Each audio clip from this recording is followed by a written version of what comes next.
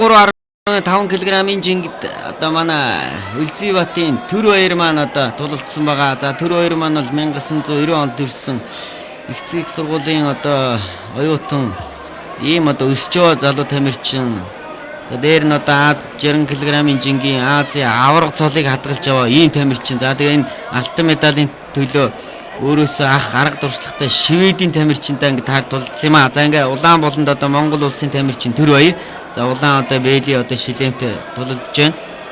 За хүүх болонд одоо Шведийн тамирчин байна. За энэ Шведийн тамирчин бол ерөнхийдөө бол тийм мэрэгжлийн одоо стилтэй, мэрэгжлийн одоо эрийг нь гарт тулалддаг ийм одоо тамирчин байсан. За тэгээ энэ хоёрын ур чадвар, хурд хүч бол одоо энэ мэрэгжилтэнгүүдийн хийгээд кикбокс нэртэй анхаарлын одоо татаж чадсан ийм тулаан болсон. За тэгээ өөрөөсөө харж байгаа ур чадвар одоо хүч хурдны хувьд бол адилхан ийм одоо тамирч таарсан. За тэгээ яг Шведийн тамирчдын нэг онцлог бол ерөөсөө довтлогооны комбинашн гэж ярьдаг. Одоо хувилбаруудыг маш олон одоо хувилбарыг нэг доор одоо багтааж чаддаг ийм тамирч байна. За энэ дээр энэ кикбоксийн дүр маань бас барьж авдаг, хөлөөс барьдаг байгаа. За энэ дээр бас шүүгч. За энэ дээр урд гарын одоо гидсэн цохол тэгээд өшгөлт бол их гой таарж өгсөн дөө. За ингээ ихний үдээр бол яхахгүй одоо Монголын тамирчин хожиж явсан. За сая унахтаа хүртэл хоёр шулуу их гой би чадлаа. За ингээ шүүгч, иргэний шүүгч анхаар. За иргэний шүүгч торгочлоо.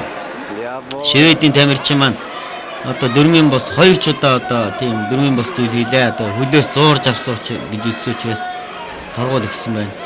За энэ дээр төр хоёрын маань шахаж байгаа. За энэ дээр хөл тэгээд одоо урд гарын одоо зөвхөн гидсэнд одоо хийх ийм одоо тактиктэй гарсан байгаа. За энэ дээр өвдөг орж болдог. Кеваны одоо дөрмээр одоо сүүлийн үед одоо энэ сонирхчдын жигүүр тоглодог болоод удаж байна. Нэлээд олон жил өнгөрсөн байгаа. Кеваныг одоо олонний хүртэл болох орон сурчлах зорилготой Кеваны дүрм гэж гаргаж ингэж сонирхчдын одоо төв дэлхийн олон улсын чанартай тэмцээнүүдэд оруулдаг болсон. За гэвч одоо Монголын тамирчид маань анх удаа бас энэ К1 гэж энэ дүрмийн дагуу олон улс ялангуяа дэлхийн цомд анх удаа ингэж оролцож байгаа маа.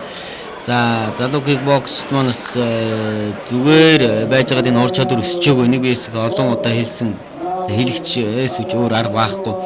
Энэ тамирчдыг бэлтгэх тал дээр Монголын кикбокс тулаансртай холбоо маш олон талд үйл ажиллагаа явуулсан. Эдний ур чадварыг нэмэх талаар маш их олон зүйл хийсэн. За энэ ташрамд бас холбооныхоо ерөнхийлөгч агардаа бас талархлаа илэрхийлье.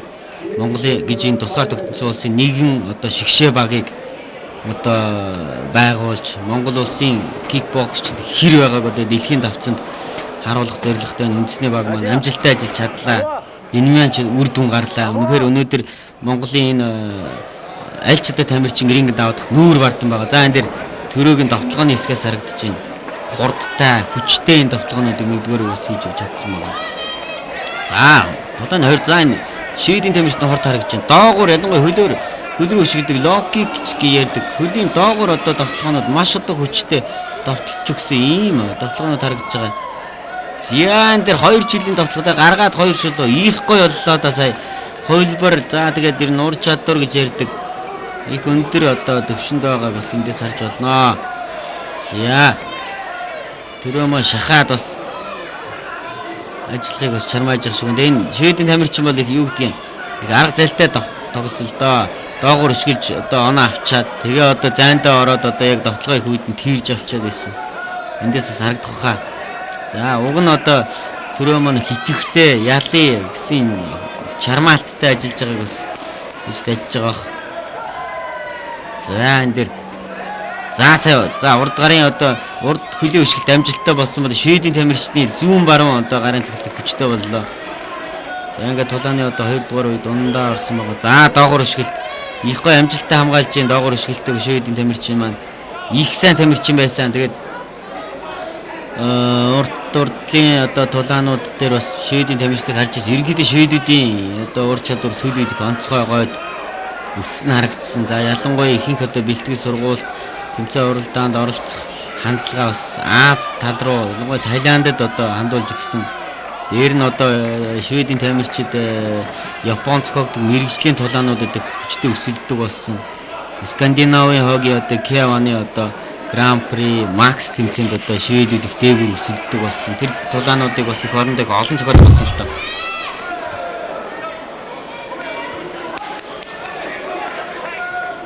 Энэ ч утгаараа одоо шведүүдийн маань ур чадвар сүүлийн үед одоо өсөж ингэж одоо гарч ирж байгаа. За энэ шведийн тамирчид өсрэлттэй 3 ч одоо цохилт одоо Монголын тамирчин одоо онж яа харахгүй одоо цэвэр одоо 3 оног одоо авлаа. За сая бол одоо уг нь саяын 3 цохилт оногдоогүй бол за сая нэмээд одоо цэвэр 1 оног шведийн тамирч авч чадлаа. Энд дээр их цуцсан да манай хин тэр хоёр маань бас олон одоо цохилтуудад орж нэлээ одоо цуцсан байгаа. За ингээ 2 дугаар үед дээр бол оноог алдаад эхэлсэн. Шведийн тамирчин маань бас оноо. За энэ дээр хараа 1 2 за тэгээд 2 цохилтыг гой гаргаж байгаа зүү баруун их гой болж гисэн дааг нь. Оноо илээ өсдөөс төгсгөлийн үе дээр бас 2 дугаарын төгсгөлд хэдэн оноо алдаад ингээд шведийн тамирчин маань оноогоор илүү гараад ирсэн. За тэгээд за энэ урд гарын одоо дороос гидсэн цохилт сая хүчтэй болж гэрийн шведийн тамирчин гидсэн даваад одоо ингээд суларчж байгаа. Дөрөвнөөс чи одоо давтлаад байсан бол одоо хамгаалаад эхэлсэн байгаа. Тэндээс мэдээлэл авцсан. Хожиж байгаа шүү гэд мэдээ авцсан. Оноогоо хадгалахын тулд одоо зуураад дээр сая гидсэнд хүчтэй цохилт авцсан. Сулраад ирсэн байгаа. За тэгээд тэр хоёрын хувьд ч гэсэн мэдээж одоо бас 3 үед давтал тоглож байгаа. Нэлээ цуцж байгаа харагдаж байна. За өгшөө зүтгэж ин даав гэн. За тэгээд сэрэг давталгааг шведийн тамирчин өвдөгний давталгааны амжилттай хийж өглөө. За одоо шведийн оноо бол илүү гарцсан байгаа. Одоо ерөөсөө оновчтой 4 оноо авахгүй л одоо 4 оноогоор шведийн тамирчин илүү гараад ирсэн байж байгаа. За сая бол ингээд 1 оноо цэвэр 1 оноо авчиж байгаа маа. Одоо 3 оноо за сая бас гидсэн дэмэт хийчлээ. Шведийн тамирчин зуураад байгаа юм. Гидсэндээ авчиад өөрөө ч их суларсан. Дээр нь одоо энэ хамгаалтаа одоо бас зуурж ингэж хамгаалаад байгаа.